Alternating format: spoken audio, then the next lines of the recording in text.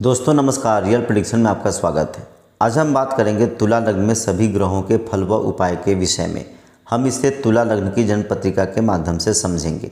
Video बहुत ही महत्वपूर्ण है, अंत तक ज़रूर देखें।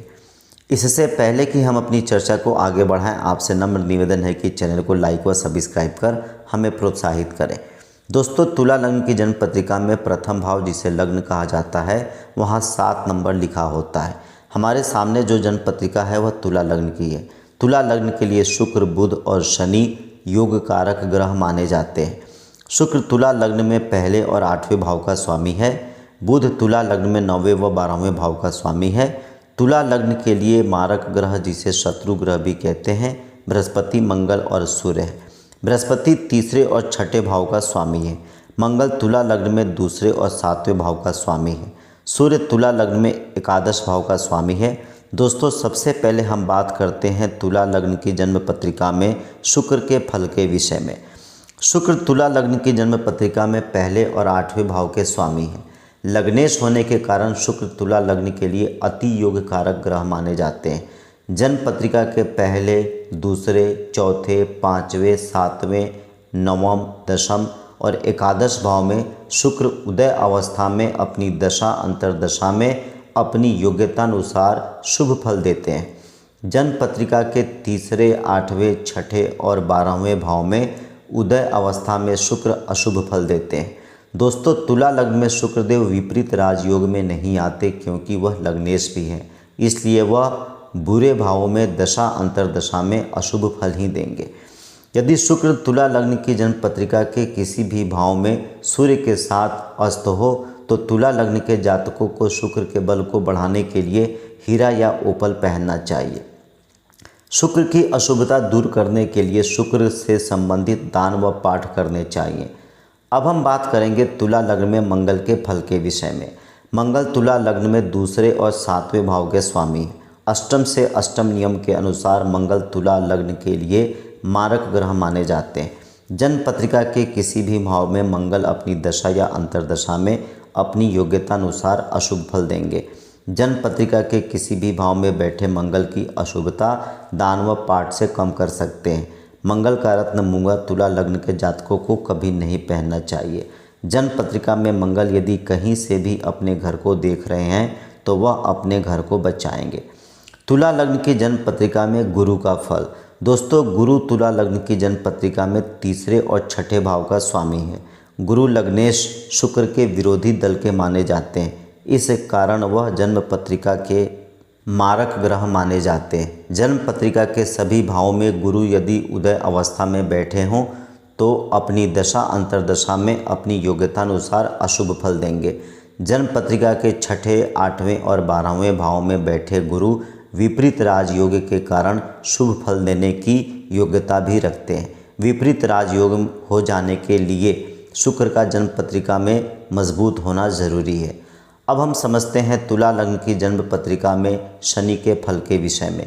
शनि तुला लग्न के जन्म पत्रिका में चौथे और 5वें भाव के स्वामी हैं। दोस्तों, शनि की मूल त्रिकोण राशि कुंभ है और तुला लग्न की जन्म पत्रिका के मूल त्रिकोण अर्थात 5वें भाव में आती है। इसलिए शनिदेव तुला लग्न के लिए सबसे योग कारक ग्रह माने जाते हैं।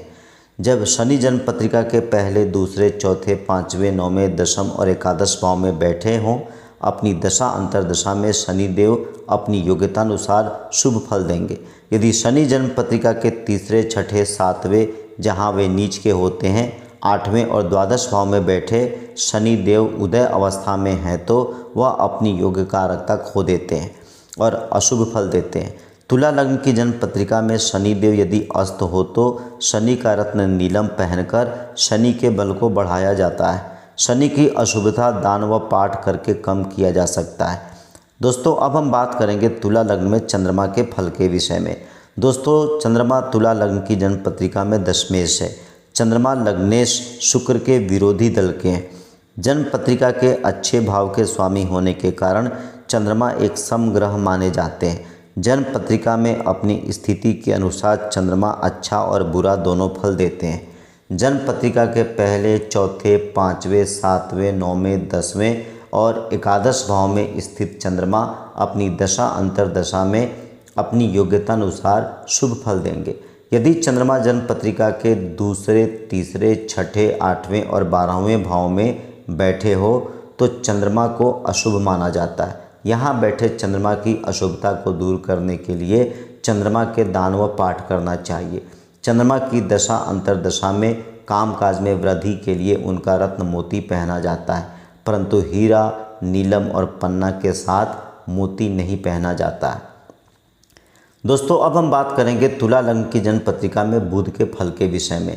बुध तुला लग्न की जन्म पत्रिका में 9वें और 10वें भाव के स्वामी हैं।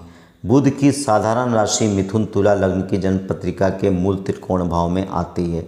बुध लग्नेश शुक्र के अति मित्र भी हैं, इसलिए भागेश बुध इस जन्म पत्रिका के अति योगकारक ग्रह माने जाते हैं। जन्म पत्रिका के पहले, दूसरे, चौथे, 5वें, 7वें, 9वें, 10वें और 11 भाव में बैठे बुध की दशा अंतर्दशा चलेगी तो वह अपनी योग्यता अनुसार शुभ फल देते हैं। जन्म पत्रिका के तीसरे, छठे, 8वें और 12वें भाव में यदि बुध उदय अवस्था में हो तो अपनी योग्यकारकता खो देते हैं और अशुभ फल देते हैं। बुध की अशुभता दान व पाठ से कम किया जा सकता है। 8वें और 12वें भाव में बुध विपरीत राजयोग में शुभ फल भी देते हैं, परंतु इसके लिए लग्नेश शुक्र का बलवान और शुभ होना जरूरी है। छठे भाव में बुध नीच का हो जाता है, क्योंकि यहाँ मीन राशि है। यहाँ बुध विपरीत राजयोग में नहीं आता है और अपनी योग कारकता खो देता है। जन्म पत्रिका के किसी भी भाव में बुध यदि अस्त अवस्था में हो तो बुध का रत्न पन्ना पहनकर उनका बल बढ़ाया जाता है। दोस्तों, अब हम समझेंगे तुला लग्न में सूर्य का फल। सूर्य तुला लग्न की जन्म पत्रिका में 11 भाव के स्वामी हैं, जो कि लाभेश होते हुए भी जन्म पत्रिका के अति मारक ग्रह हैं। सूर्य तुला लग्न में अपनी दशा अंतर्दशा में हमेशा कष्ट ही देते मिलेंगे। सूर्य ग्रह का रत्न माणी कभी भी धारण नहीं किया जाता। सूर्य यदि अपनी दशा अंतर्दशा में जन्म पत्रिका के अच्छे भाव में बैठा हो तो लाभ के साथ साथ समस्या तथा शारीरिक कष्ट भी लेकर आता है। तुला लग्न की जन्म पत्रिका में सूर्य मारक है तो इसका दान पाठ करके इसके मारकत्व को कम किया जा सकता है। तुला लग्न की जन्म पत्रिका में राहु का फल। दोस्तों, राहु की अपनी कोई राशि नहीं होती है।